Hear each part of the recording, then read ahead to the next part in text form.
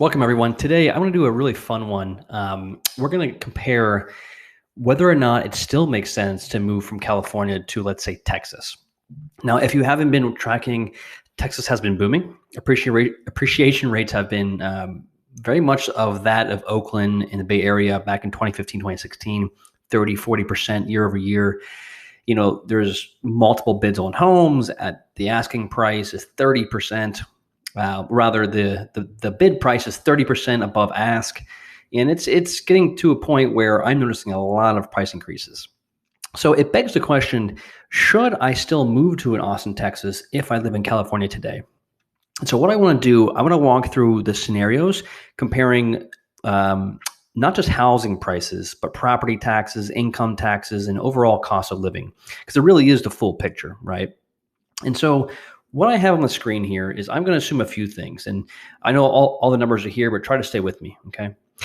So I'm going to assume that this is a married couple making about $250,000 a year, okay? So, high earners, good jobs, probably people who do live in California or Austin, okay? Now, we know there's an income tax. What's interesting is at this income tax range, you're between 7 to 9%. You're not at the crazy 15, 16% that people are afraid of. You can get there as a high earner, but for this scenario, you would pay about $17,000 in income taxes to the state of California, which is still a large amount of money, okay? Now, obviously in Texas, there's no income tax. So if we think about, typically speaking, 401k and FICA and Social Security, in California, in this scenario, you would take about home around $163,000 per year. Now, in contrast, you would take home around $179 in Texas. Okay, so already you have a savings living in Texas of $17,000. We know that. But let's go down to the home prices. Now, as of late, again, Austin is skyrocketing, and if you move today, you're probably looking at $650 to $750 for a home that you would think is nice. I'm going to assume that you're going to spend $1 million in California. Now, that will not be a nice home. That will be probably an average home. And so these are like for like here. Okay. Now, if you look at the annual cost of ownership, the big question you always hear is, well, what about property taxes in Texas? I know they're substantial, but does it outweigh the savings of income tax? Now, the average income or property tax in Texas, depending where you're at in Austin, is around 2.9%. 2.2% of that goes to the standard property tax situation. There's additional 0.5 to 0.7% that goes to something called MUD.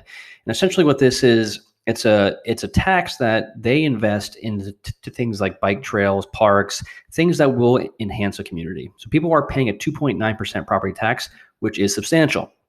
In this scenario, on a home that's $650,000, typically you're getting assessed on around 90% of that value. They do take out the value of land. So 90% of that times your property tax gets you to the $16,965 per year in property taxes. Okay.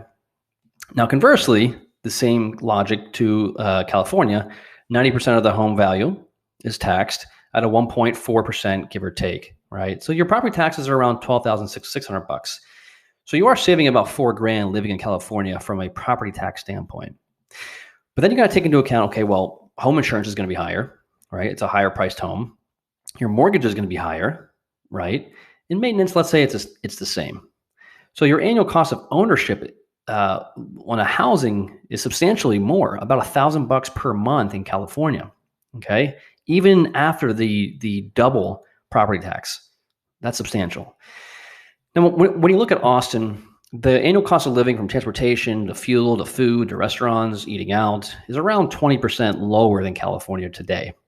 So if you were making $250,000 and we assume that you take home and save and invest 20% of that income, the rest all goes to expenses, you're spending in this scenario about $130,000 a year on all your expenses. Okay.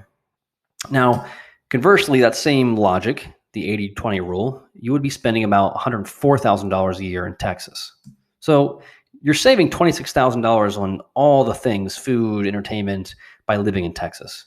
Okay. So for summary, you're taking home more, you're spending less on housing per year, and you're spending less on essentially life day to day per year. So if you break it down, you're making less in California, but you're spending substantially more. You're making more in Texas, but spending substantially less. So naturally, when you look at the difference here, it's an earnings power difference of around $50,000, right? And that's simply just taking this minus this. $55,000 is the additional earnings power that you get by being in Texas. As a percentage to income, that would be this divided by 250, 22%. So you are 22% richer by living in Texas than living in California. And keep in mind, too, there's a lot of great schools in Texas. The weather's good, and there's a lot of things to do. And so I also did some math to say, okay, well, at what point would it not make sense? And so I'm going to unhide a screen here and then hide our old one. And I said, well, okay, well, let's say the houses go up to almost $1 million a year in Texas. Does it still make sense then? And in that scenario, again, you're making more money, as we know. Your annual cost of ownership on housing does go up. Okay, now you're spending about $10,000 more a year to live in Texas than California.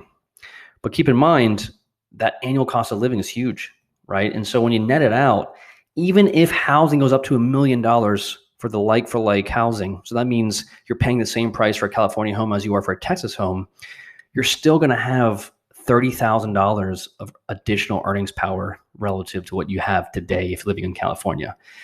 So what this means is that in almost all scenarios, unless the annual cost of living substantially goes up in Texas, it's going to make sense to move from California to Texas. Now, obviously, and my friends that have family in California, I feel awful because they want to move out, but they can't because the family's there. And I totally get that, right?